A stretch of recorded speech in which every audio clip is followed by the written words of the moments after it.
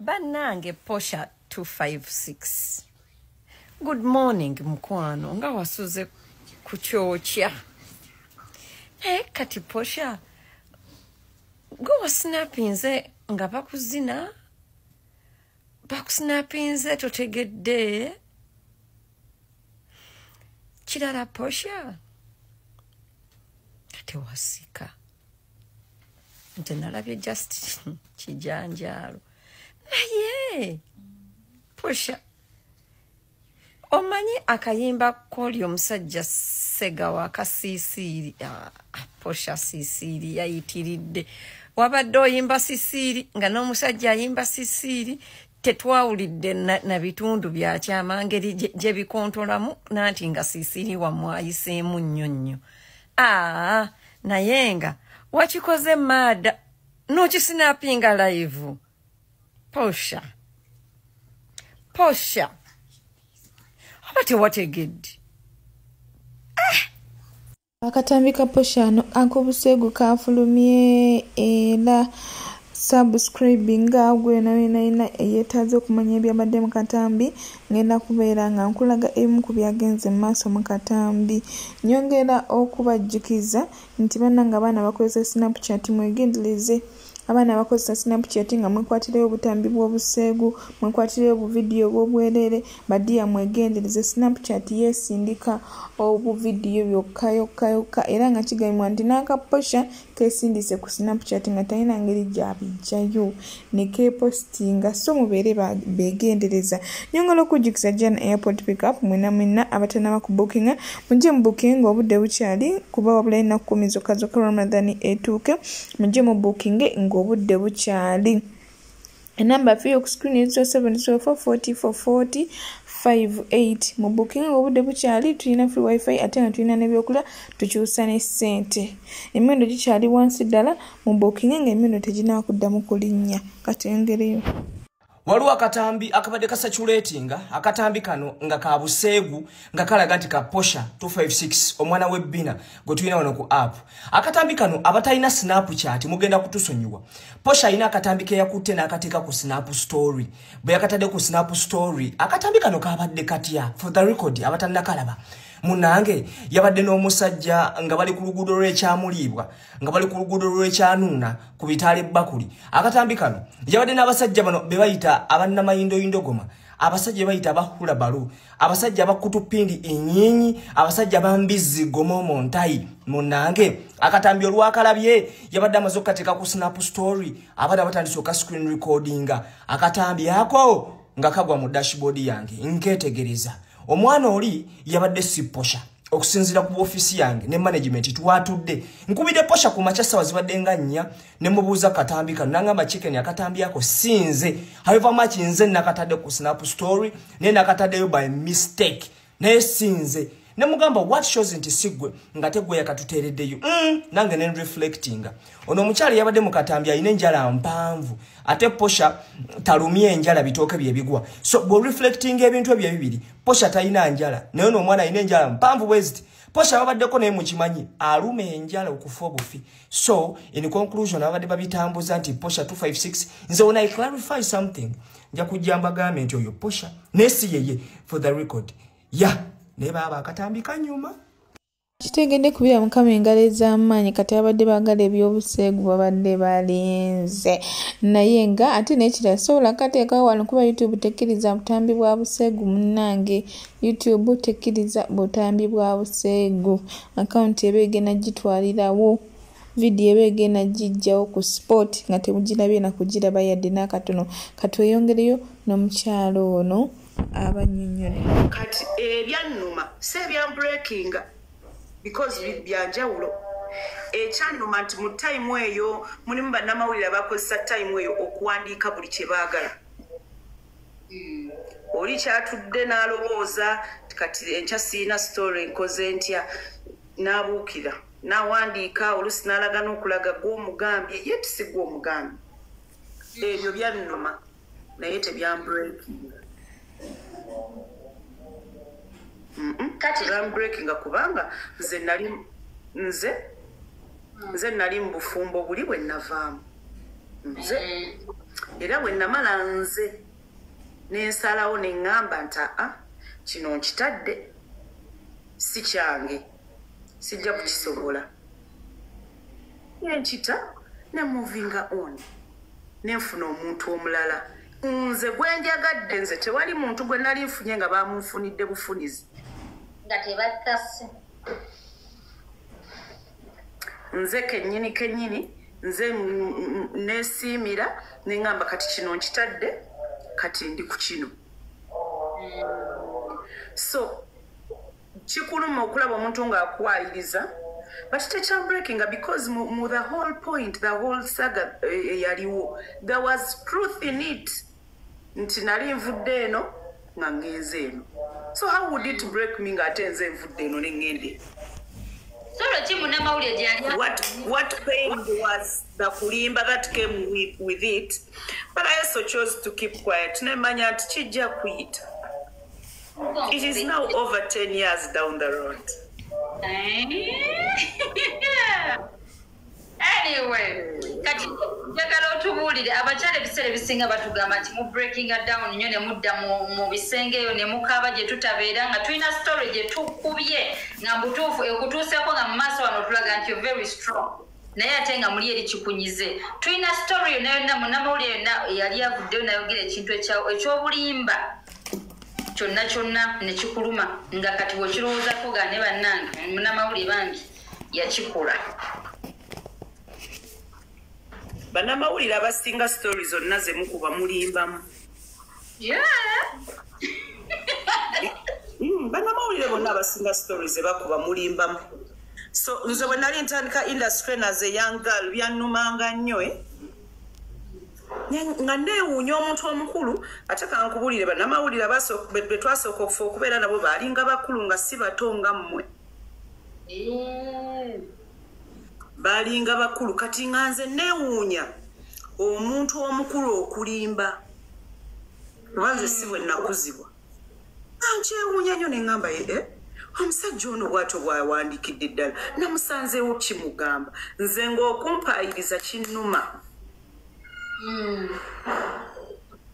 naye bwe nategeera nti industry gye ndimu that is why you never get any response from me no matter what oba oyogera oba owayiriza because amazima gamala negeeraga bwe gaba gakweraga.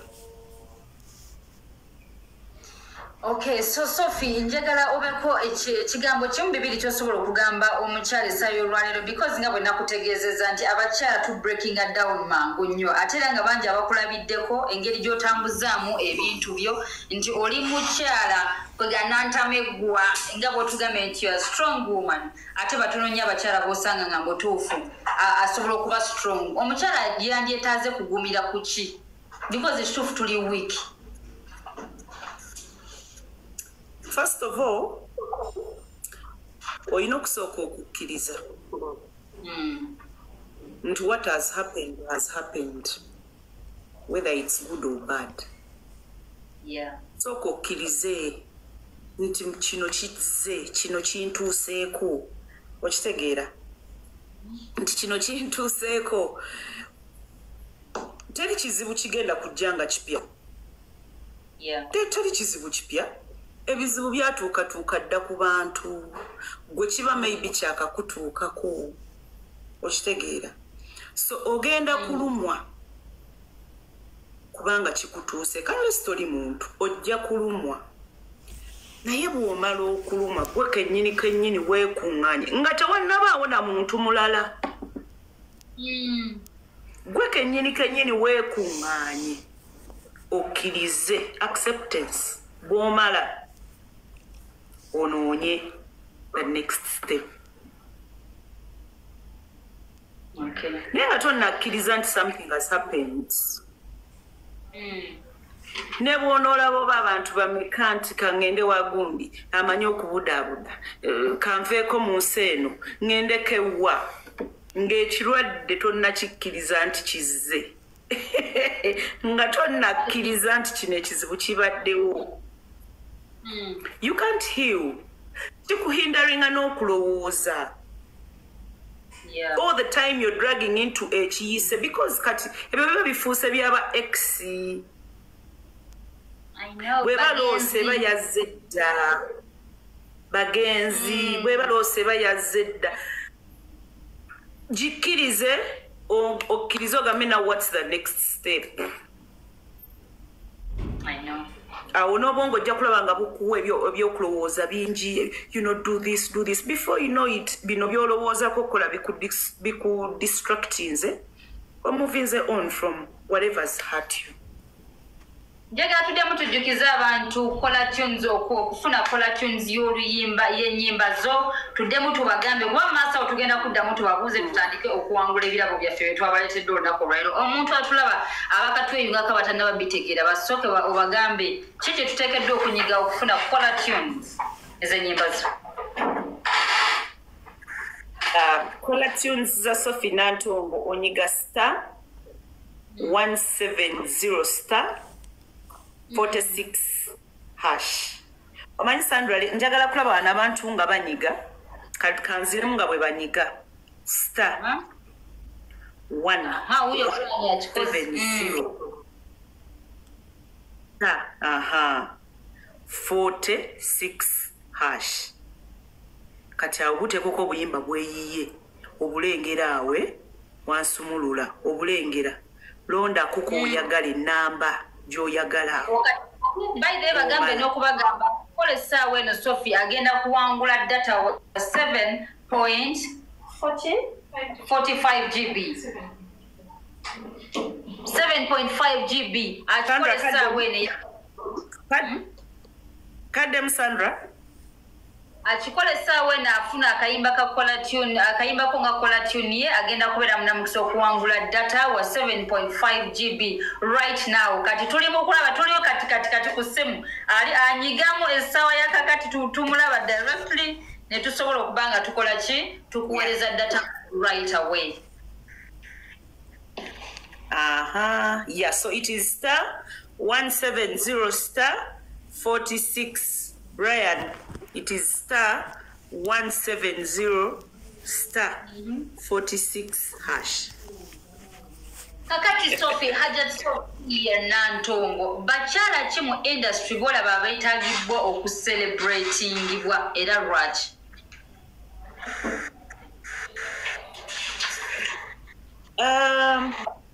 I think for now we need to be celebrated in a way. However, let me just spot out abantu abamu. Personally, I think Mariam Dagire deserves to be celebrated. Yeah.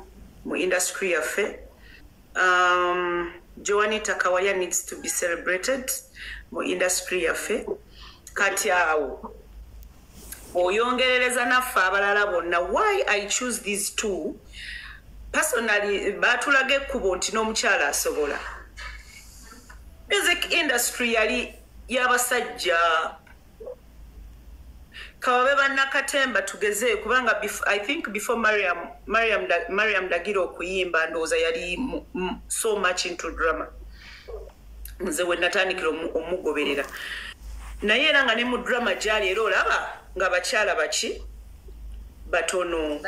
So the art industry generally nga y'abasajja. Kati omukazi okujja okuyitawo okukola ekintu omuntu nakkiriza n'agamba nti ya naye I think tekirina mu industry yaffe yokka ne bwe ntunuulira kati ani nammwe eyo mu mawulire gye muli fe abasajja abaatuwayirizanga edda bannaye kankubuulire baalinga basajja bannamawulire baalinga basajja nze sijjukirayo munnamawulire mukazi ye waalinga yaani. For sure I don't remember. Ani yali omu by then. Balinga basegu. Zibona benzijukira bali basegu. Bali bani? Baseguya. Baseguya. Bonna nze benzijukira bali basajja Seguya, waliwo Steven Musoke, waliwo omusajja oyo yampayiriza bamuyita Segiri. Naye oba yalagawa. Yakuwayiriza ki? Kiki yakuwayiriza olaba omujjukira n'erinnya? Omwana oyo yampaye. nze kankubuulire ate awaza young girl ngera bwe nagambye byannuma yakuwayiriza nga neewunya omusajja omukulu okuwayiriza omwana omuto naye somehow I got used kuba nagenda okulaba nga tebakikola kunze nzekka ffe mu industry olaba obeera ne driver wo nga musajja nga ku makya oli akeera n'awandiika nti oyo omwagala naye jjukira bw'obeera oli mulimu ng'oli hot cake you are the top emirimu giba mingi you definitely need a driver and the best you could find nga musajja the moment ke bakulaba ng'oli naye nti muzuba mukola kireka bwemuva ekireka vuga ate katutulagawa nabbingo natuuka nakugulira ofulumya oyimbye naddamu nakugulira n'oyingira navuga abo beeyagala omulabi bwamugulidde omulabye